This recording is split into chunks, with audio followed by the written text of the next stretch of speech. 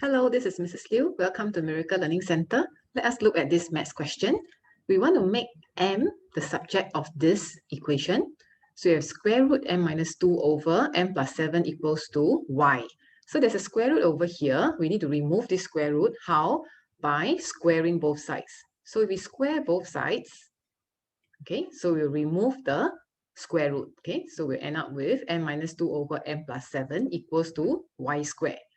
Okay, so we cross multiply here. You see this y squared over 1. So this m minus 2, this y squared, you cross multiply y squared bracket m plus 7. Okay, so you multiply y squared in. So you get y squared m plus 7y squared. Okay, so you notice I want to make m the subject. So I move all the m over the left-hand side. So I have m over here. Okay, this one I move it over the left-hand side. The 2, I don't really want it, so I move it over the other side. Okay, so the m is a common factor. So I remove m as a common factor. I'm left with 1 minus y squared equals to 7y squared plus 2.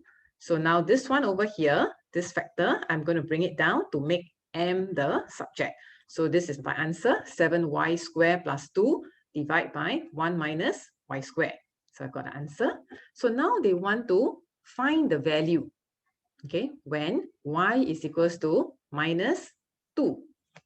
So I substitute in y equals to minus 2 into this answer over here. So I put 7 bracket minus 2 square plus 2 over 1 minus 2 square. So I multiply this out, square, so I have a positive number, 28 plus 2, divide by 1 minus 4, okay, because this one is a square again, so minus 2 square is actually positive 4, so 1 minus 4.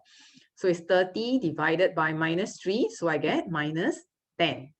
Okay, so these are my two answers for this question. That's all for today. Thank you for listening.